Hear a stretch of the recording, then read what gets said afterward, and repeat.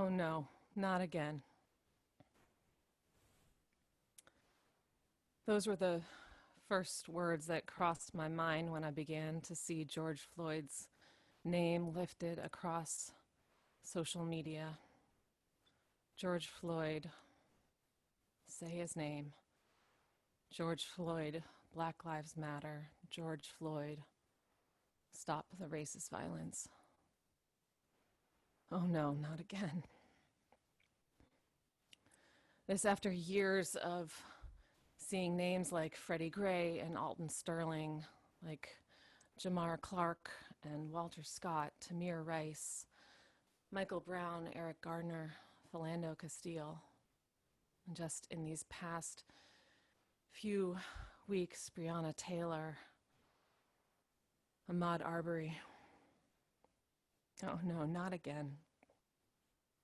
I felt it again when I read the paper yesterday and buried on page B4 said 5 people have died from gun violence between Thursday and Friday here in Philadelphia. One of them killed by the police. This person whose name we still do not know, who had a box cutter and was shot to death in a SEPTA parking lot. The news in the U.S. this week has told us that we have reached 100,000 deaths due to COVID-19, this pandemic which is disproportionately affecting Black and Brown and Indigenous lives. And I took a few days in the grief of that before I watched the video of a Black man lying on the pavement, a white officer's knee at his throat, crying out, "Please, I can't breathe. Officer, please, somebody help me, please. I can't breathe."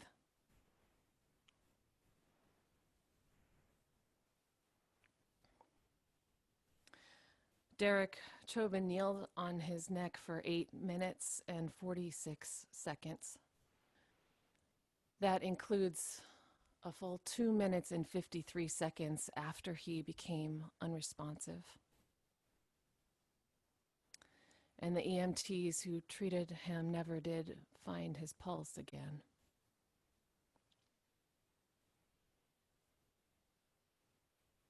Oh no, not again.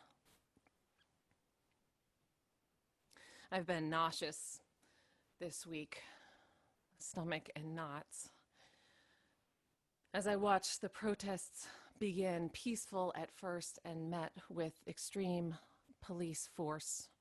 I think that the rubber bullets and tear gas began that, maybe even that first night in the Twin Cities.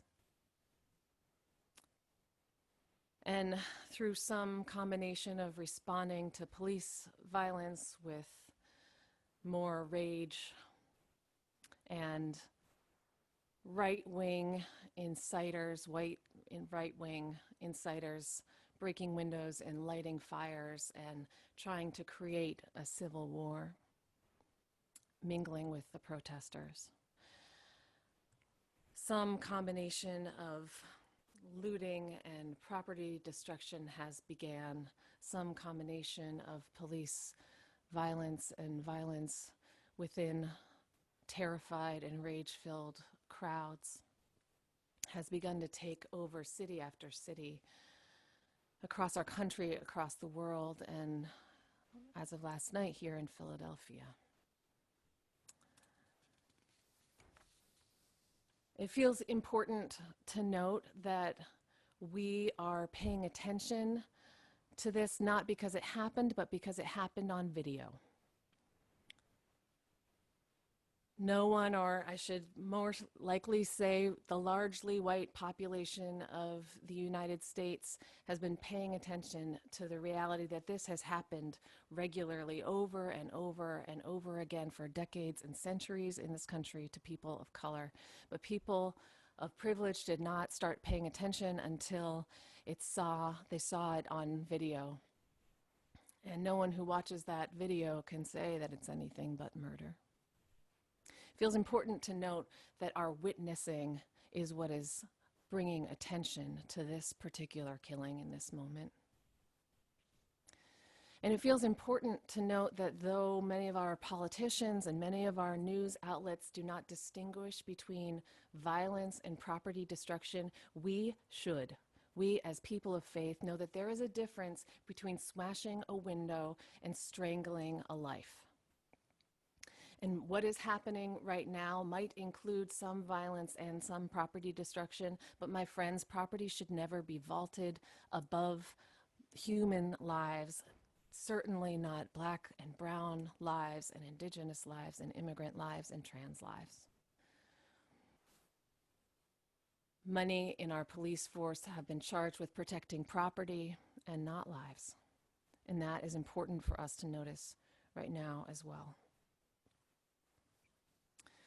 So this service is called Mountain High, Valley Low, partially because we knew the band was going to be singing Ain't No Mountain High Enough today, and you'll get to hear that in a little bit.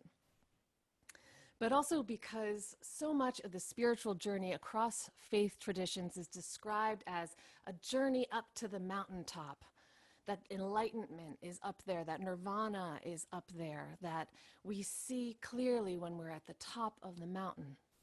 And then also that there are valleys, that yea, though we walk through the valley of the shadow of death, we might fear no evil, or we might feel just alone and abandoned.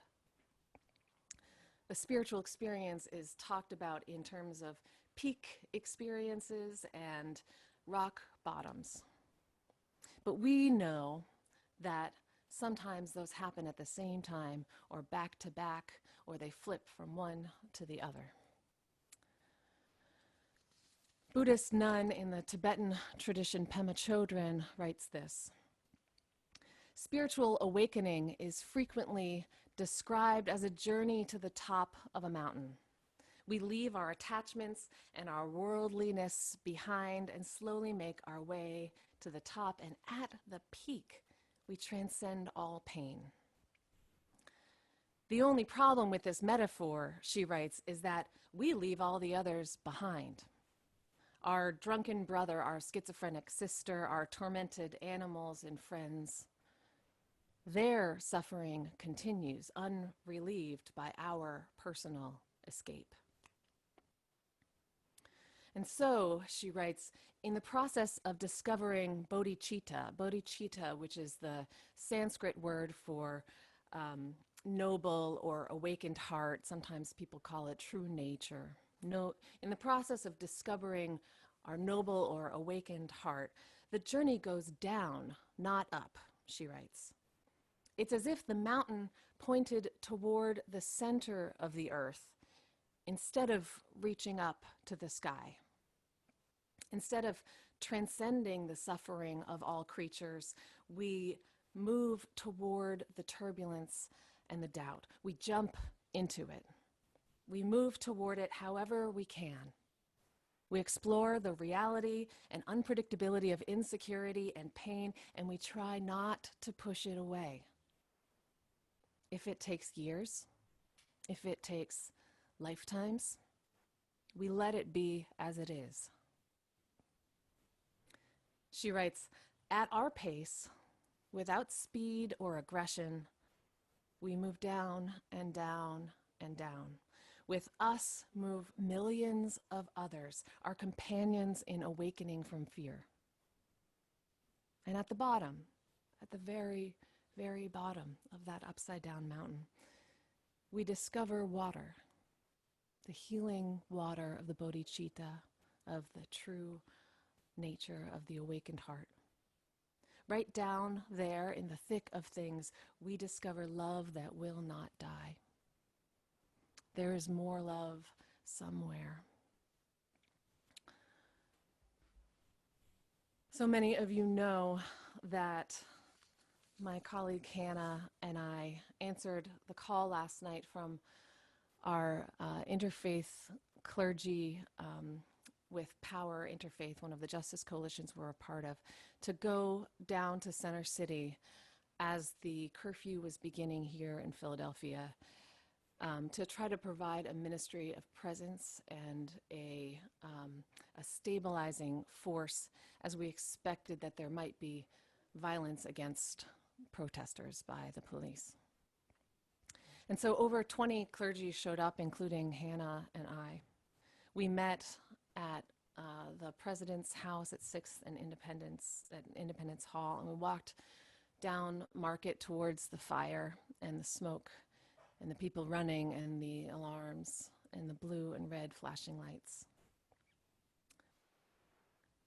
And once we got to City Hall, once we got to that median on Broad Street that is known for so many wedding photos in front of the City Hall, when we got to that place and we saw dozens and dozens of police protecting Walgreens but not people, my colleague, Reverend Dr. Mark Tyler, who serves as the senior pastor of Mother Bethel AME Church, our sibling church across the city, was on Facebook Live like many of us were, and you can, if you're friends with us, you can watch our Facebook Live streams from last night if you want.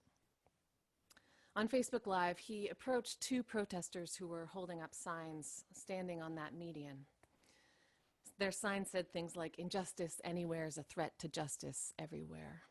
And he came up to them and he said, "What do you think if the cops were protecting George Floyd from their killer colleague like they protected these buildings? We wouldn't be here, right?" And one of the protesters said, "No, we wouldn't." And the other said, "That's right." And the first protester said, "And remember those protests last week? There were protesters storming the Michigan Capitol armed with guns, but because they were white, they weren't killed." "Well, yeah," Dr. Tyler said. "This is America." "This is America," the first protester said. "Double standard in this country." And the second protester said, "This one just crossed a line." "Well, they all crossed a line, but this one, it's just not sitting easy," he said, and he grabbed his stomach. "That's why I gotta be out here. It's during COVID. I've been quarantined this whole time, but I'm risking COVID because I gotta yell out racists." The first protester said, "They continue to abuse their power. They're not held to the same standard as we are. It's a shame."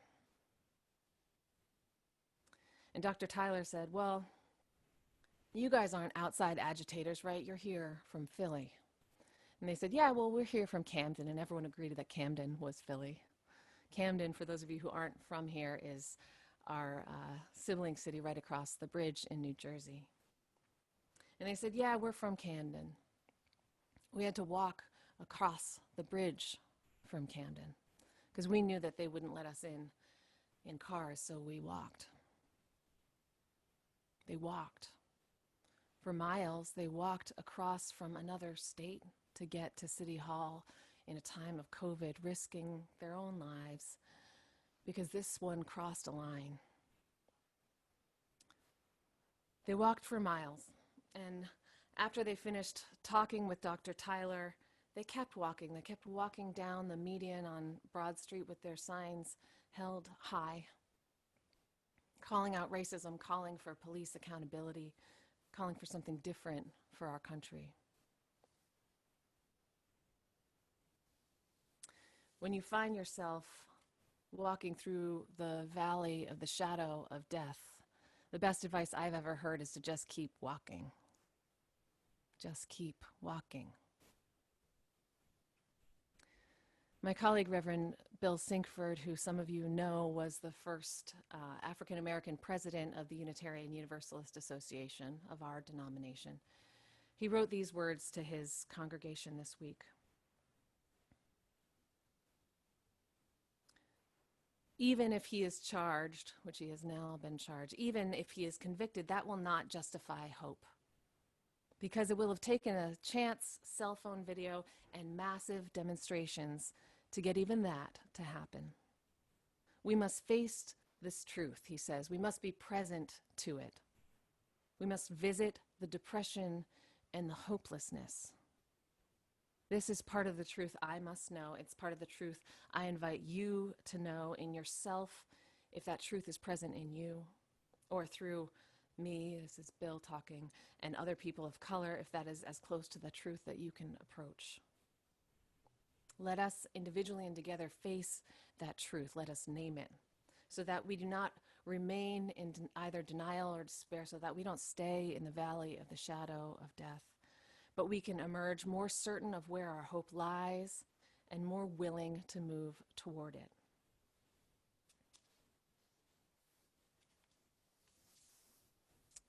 This is our spiritual work, friends. This is the work of all of us as individuals. This is a work of us as a congregation. Not to seek to journey to the top of the mountain to experience nirvana and enlightenment and moral perfection on our own, leaving the rest behind.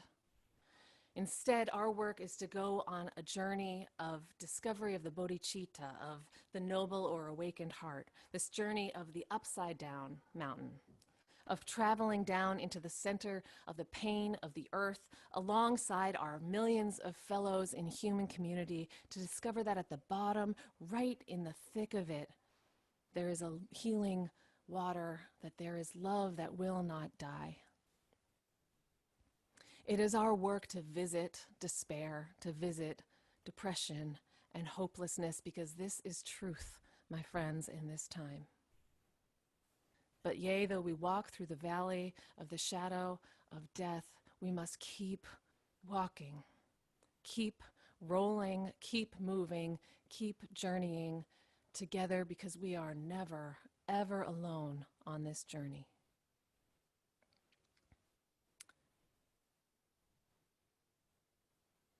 So, if you don't know how to begin this work, we begin by following the leadership of people of color, in particular Black people in this time. If you don't know how to do this work, begin by trying to figure out how to do this work for yourself, because part of that facing inward, facing down into the bottom of the mountain, of facing into the hopelessness and the depression in that valley, is part of our work. And if you don't know how to begin doing this work for yourself, here are some options. Today, we're going to be sharing our offering plate with blue. It's called Blue, and it means Black Lives of Unitarian Universalism. It's an organization that was formed by Black Unitarian Universalists about 5 years ago. And this organization is an organizing collective whose goals are to expand the power and capacity of Black Unitarian Universalists within our faith, to provide support, information, and resources for Black Unitarian Universalists, and justice-making and liberation throughout our faith.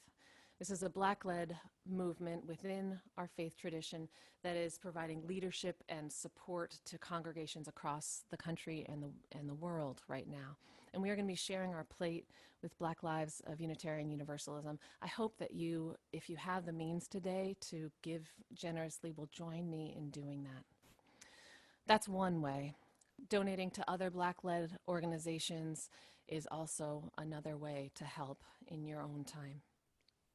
If you are a Unitarian Universalist of color, as I know many of us are in this congregation, I encourage you to join that vigil with drum tomorrow night. I'm wondering if the chat chaplain, if Jake can put it into the in the chat, the link to sign up for that vigil. There we go. Thanks, Jake.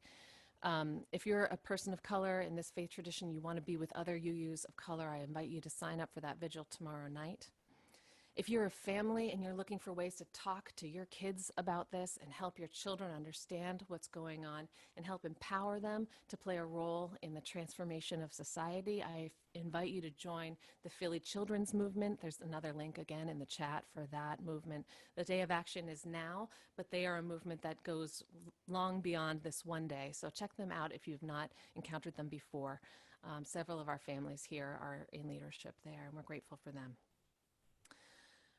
Keep an eye on our Facebook page and our website and on your email. I invite you to like First Unitarian Church of Philadelphia, because they're, and also Power Interfaith. I think, yeah, both of those links are in the chat. We are going to be, we're working on organizing other actions that are going to take place that will either use our use our bodies out in the world the way that I try to use my clergy privilege and my white privilege and my woman's privilege to protect people around me, because I know violence is less likely to happen to people near me if I am there, both as a clergy person and as a white person and even as a woman. So there will be opportunities for us to put our bodies out and into the fray. There will be opportunities for us to put our words out into the fray and be together in virtual community, to give, and also to participate in virtual actions right now. So I invite you to follow and watch the Facebook pages in particular for Power and for this congregation. And vote. Again, this is long haul work. If you're registered and you haven't voted already, there's the link to where you can find your ballot box or your polling location. The vote is going to be happening. It all has to be done by this Tuesday. There's no mountain so high, no valley so low that will keep us apart from one another, that will keep us apart from the work that is ours to do. Our work is not to transcend the world. Our work is to dive deep into the world, into the heart of the world, so that we can find the love that will never die, so that we can transcend barriers, that we can transcend our inner fragmentation, so that those of us can find a voice who need it, those of us can repent who need it. There's no mountain so high, no valley so low to keep us apart in these times. I invite you to join me in the work that is needed of all of us in this moment. May it be so, and amen.